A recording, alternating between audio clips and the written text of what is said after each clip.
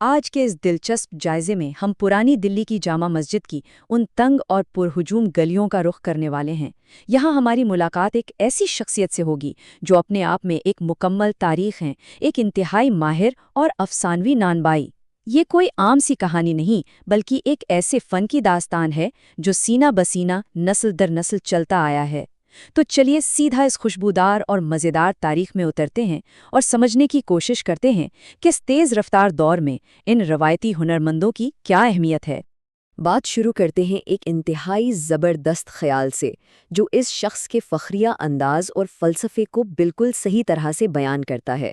ہم عام طور پر سوچتے ہیں کہ ہنر بس کتابیں پڑھنے یا تھوڑی سی مشق کرنے سے آ جاتا ہے، لیکن میاں نصیر الدین کی اس دنیا میں ہنر دراصل ایک مکمل طرز زندگی ہے۔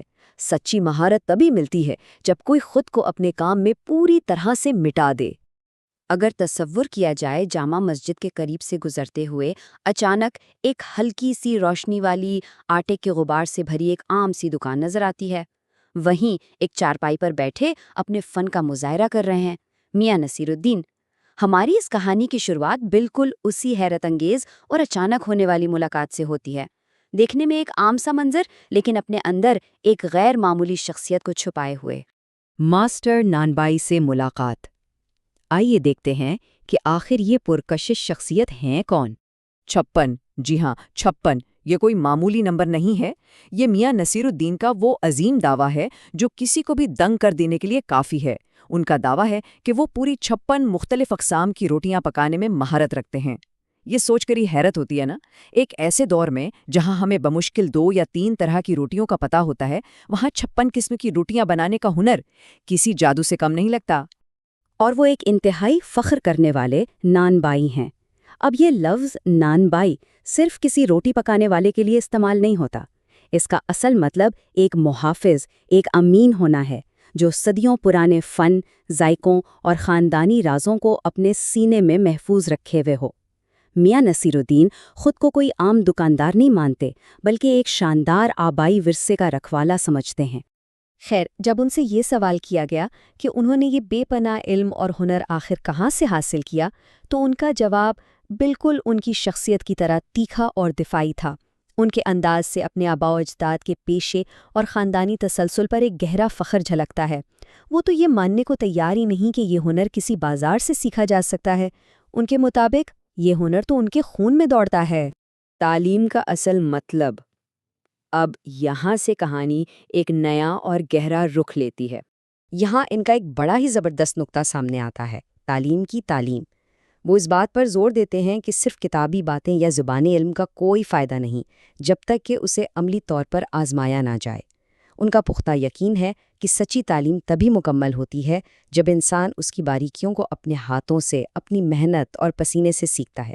صرف باتیں بنانے سے کوئی ماسٹر نانبائی نہیں بن جاتا۔ اور اس عملی سکھلائی کی کیا ہی شاندار مثال ملتی ہے یہاں۔ بالکل ویسے ہی جیسے کوئی بچہ پہلے الف بے جیم سیکھتا ہے نا، بس اسی طرح ایک شاگرد کو آٹا گوندنے سے بہت پہلے دکان کے جھوٹے برتن دھونے پڑتے ہیں اور تندور کی آگ سلگانا سیکھنا پڑتا ہے۔ یہ درجہ بدرجہ سفر ہے جسے طے کیے بغیر کوئی بھی شخص فن کی بلندی تک نہیں پہنچ سکتا۔ یہ فلسفہ واضح طور پر دکھاتا ہے کہ روٹی پکانے کا یہ فن کس قدر سخت نظم و ضبط اور عاجزی مانگتا ہے۔ ایک شاگرد کو سب سے پہلے اپنی انا کو مٹا کر چھوٹے سے چھوٹا کام کرنا پڑتا ہے۔ یہی وہ مضبوط بنیاد ہے جو بعد میں 56 اقسام کی روٹیاں بنانے جیسی عظیم عمارت کا بوجھ اٹھاتی ہے۔ شاہی دربار کے راز۔ چلیے اس داستان کے ایک تھوڑے مزاحیہ حصے کی طرف چلتے ہیں۔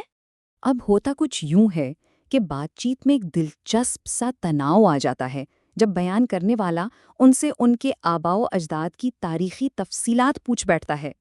ایک بڑا ہی سیدھا سا سوال، کون سے بادشاہ؟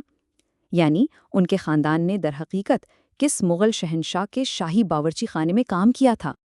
اوہو، اور اس پر میاں نصیر الدین کا ریاکشن دیکھنے والا تھا۔ وہ ایک دم سے بات کو گول مول کرنے لگتے ہیں اور ہلکے سے ناراض بھی دکھائی دیتے ہیں۔ وہ بڑی ہی مہارت سے بادشاہوں کے اصل نام بتانے سے گریز کرتے ہیں، لیکن ساتھ ہی ساتھ اپنے خاندان کی اس شاہی وابستگی اور عظمت کا بھرپور دفاع بھی کرتے ہیں۔ انہیں ناموں سے کوئی فرق نہیں پڑتا، انہیں بس اپنے اس شاہی رتبے پر مکمل فخر ہے۔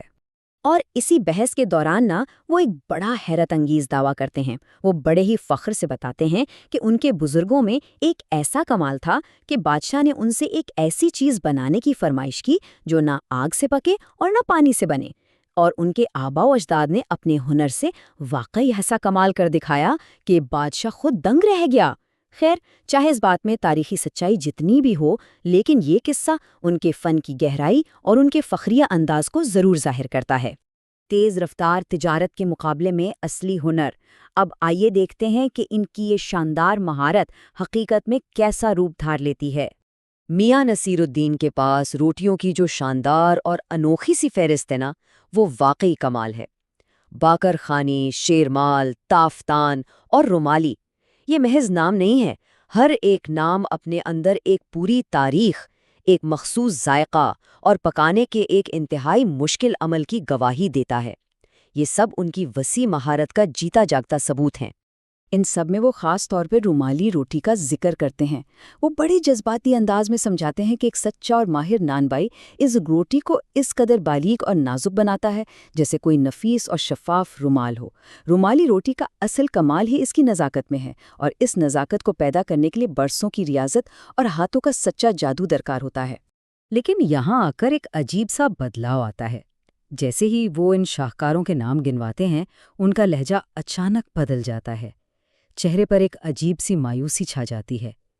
وہ اس بات پر سخت افسردہ اور پریشان ہیں کہ آج کی اس جدید، تیز رفتار اور خالصتاً کمرشل دنیا میں کوئی بھی اس بے پناہ محنت، وقت اور ہنر کی قدر کرنے کو تیار ہی نہیں جو ان روٹیوں کی تیاری میں کھپ جاتا ہے۔ ایک مٹتی ہوئی روایتی وراثت، یہ ہمیں اس داستان کے ایک نہایت ہی سنجیدہ حصے کی طرف لے آتا ہے۔ ان کی باتوں کا وہ جوش، وہ غصہ اور وہ فخر اب آہستہ آہستہ ایک گہری اور لمبی آہ میں تبدیل ہو جاتا ہے، ایک ایسی پردرد آہ جو اس گزرے ہوئے دور کی یاد میں ہے جب لوگ واقعی ذائقوں کی نزاکت اور ان کے پیچھے چھپی کڑی محنت کو دل سے سراہتے تھے۔ یہاں وہ ایک بے حد دل چیر دینے والا نقطہ سامنے رکھتے ہیں۔ اگر صرف ایک پہلو پر غور کیا جائے، ایک طرف وہ روایتی ہنر ہے جسے سیکھنے میں پوری نسلیں گزر جاتی ہیں، اور دوسری طرف آج کی اس دنیا کی فاسٹ فوڈ عادت ہے جسے صرف فوری طور پر تیار ہونے والے کھانے کی ضرورت ہے۔ آج کسی کے پاس ٹھہر کر اس بات پر سوچنے کا وقت ہی نہیں کہ اس ایک نوالے کے پیچھے صدیوں کا کون سا سفر شامل ہے۔